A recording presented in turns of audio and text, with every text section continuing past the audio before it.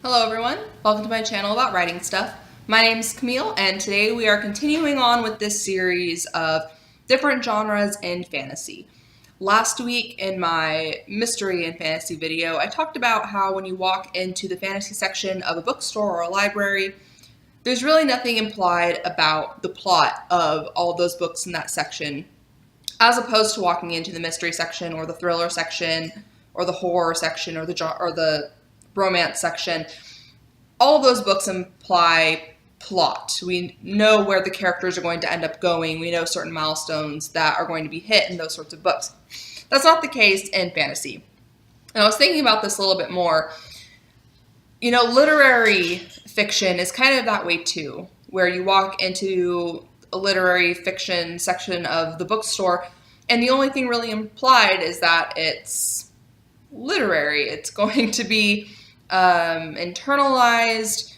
You're going to get either a picturesque story or a coming of age story, but it's really about the character and their circumstances. There's nothing implied about plot, and it's very similar with fantasy. So moving on, today we are going to talk about suspense and intrigue in fantasy.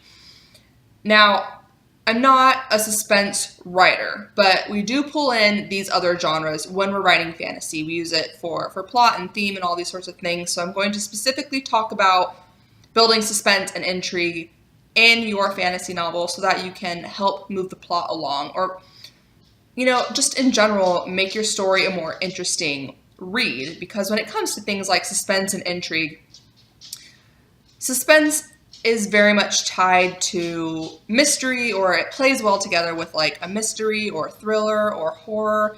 And same thing with intrigue. I think that these two things really aren't a full genre on themselves, because when you have suspense, you also have horror or mystery or thriller things going on. So with this one, I'm not really going to talk about plot points, but what I'm going to talk about is the difference between suspense and mystery. So with mystery, the whole thing is what happened. It's who done it, it's what's going on, it's the reader is in the dark, the characters are in the dark. And the thing with suspense is it's almost the complete reverse. It is what's going to happen.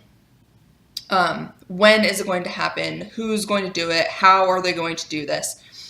And this whole idea in fantasy, you know, I see it a lot, but I never really pick up on it until recently as I've been thinking about this sort of thing. But Brandon Sanderson does a really good job of this.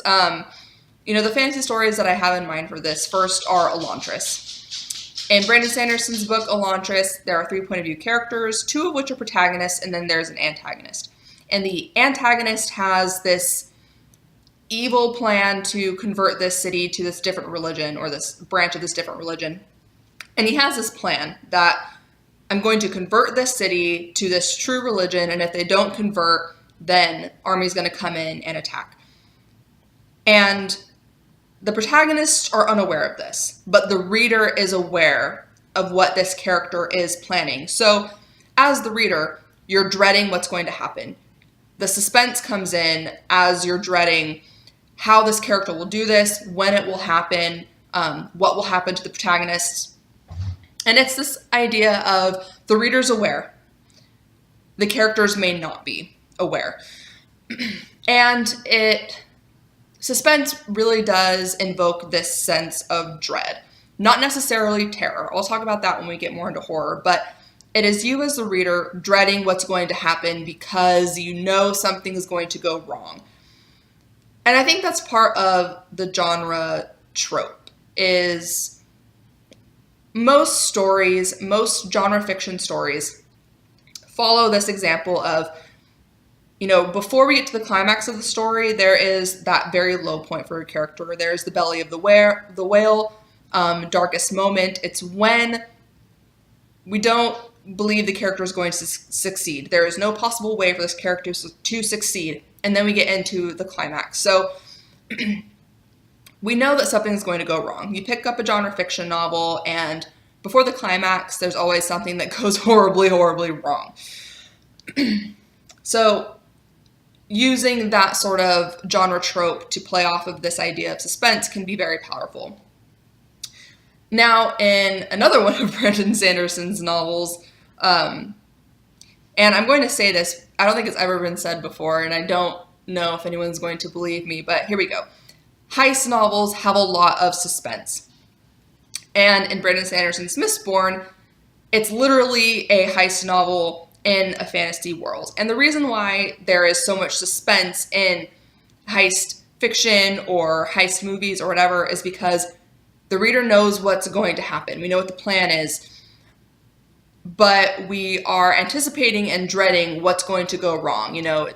Are they actually going to do this? If in Mistborn, for example, if they don't steal the metals they need from the Lord Ruler, then they're all going to die and the rebellion's going to be shot to hell, and that's going to be another 1,000 years of just pointless, depressing life. So that's the other thing too, when you're building your suspense subplot or suspense in general in your fantasy novel, is what is at stake. Now, it's easy to go this sort of route of the procedural cop story where we get the point of view of the cop, we get the point of view of the murderer, and the suspense comes in when we realize that the murderer hasn't been caught yet and they want to kill someone else. So the suspense is, when are they going to kill again? Who are they going to kill again? And how are the cops ever going to catch this guy? So with, I felt like I had something I was going to say, but I totally lost it. Anyways, so, stakes, right. So, the stakes in that cop procedural thing is, someone else is going to die. We need to catch them. But when you bring in this idea of stakes in other sorts of suspense, it doesn't just have to be like life or death. I think that's very important. In Daphne du Maurier's Rebecca, it's not a fantasy novel. It's really like a mystery thriller with suspense and intrigue. But in Rebecca, the first half of the book is a mystery. It is, and it's kind of suspenseful too, but it's a mystery. It's the main character, she's not named, which is freaking annoying. But anyways, she marries this guy and she lives in this house with him, and she hears about how wonderful his dead wife Rebecca was. And this main character is really just trying to figure out what happened to her, how did she die, because everyone's just kind of quiet about it, mystery. And then we get to the midpoint and we find out, spoilers, that Maxim de Winter killed his dead wife because she was a terrible person. And then the whole second half of the book is this sort of suspense, because people are investigating the death of his dead wife. They are investigating Maxim de Winter for the murder of his wife and all of these things. So that invokes this sense of dread. Well, this guy is not in any danger of being killed, but he is in danger of going to prison. So stakes, definitely. And then, on the lower end of this, it is this idea of, when you really care about a character, when you really care about what a character wants and the struggle they go through to get it, that can invoke a lot of dread and can make the story feel suspenseful. This is very prevalent in Patrick Rothfuss's The Name of the Wind. I actually did a video on this specific scene that I'm thinking about, but it's Quoth goes to the Aeolian, it's like a musical theater, to essentially play a piece of music in the hopes of winning his talent pipes. Now, his talent pipes would get him, would essentially tell the world that he's a talented enough musician for other people to hire him so that he can make money. And at this point in Quoth's story, he's trying to pay his tuition at the university. He doesn't have family or anything to fall back on. So this is very important to him. And that whole scene just carries so much suspense and tension because, the stakes are, if he loses, then he's going to be at square one. He's not going to have any money. And that sounds like low, mundane stakes. But in this character's life, this character who I really care about, whose struggle I have seen, it adds a lot of dread because I know something's going to go wrong. And it does. But then he gets through it. However, that is a very powerful thing. A softer, I guess, or like a lighter way to build suspense in a story is make your reader care about the character. Make the reader care about what the character wants, and put a lot of stakes in there. If the character doesn't get this, this will happen. If the character does not succeed, this horrible thing will happen. And that's very powerful. Now, the thing about writing, not necessarily suspense, but this idea of intrigue, is that you need to have characters who are almost otherworldly in being observant. The thing with intrigue and how it's different from suspense is that you have characters who are lying to each other. And the reader is aware of this, but the other characters are not. I'm currently writing a story like this where I have one character who she has agreed to do this terrible thing to save her friend. And her friend is lying to her about essentially the consequences of this thing because he's afraid that if she knows the truth, she won't go through with it. And the reader is aware. The reader is aware of this horrible thing. The reader is aware of the consequences of this horrible thing. And that is adding intrigue and suspense and dread to this story because character A just wants to help her friend. That's her motivation. She feels guilty for certain things that have happened to him, so her motivation is to help her friend. It's genuine empathy, and she's very sincere.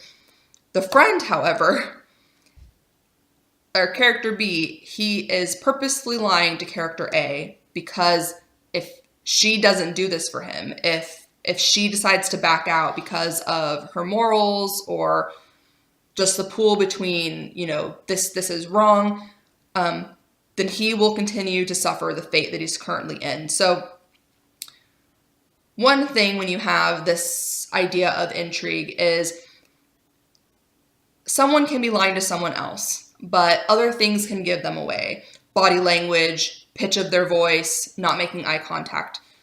But more than that, if you have characters who are lying to each other, there needs to be some motivation. There needs to be crucial motivation as to why this character wouldn't just tell this other character the truth. Because if you go the opposite direction, you'll make it seem like, oh, well, this character is just an asshole and this character is just an idiot.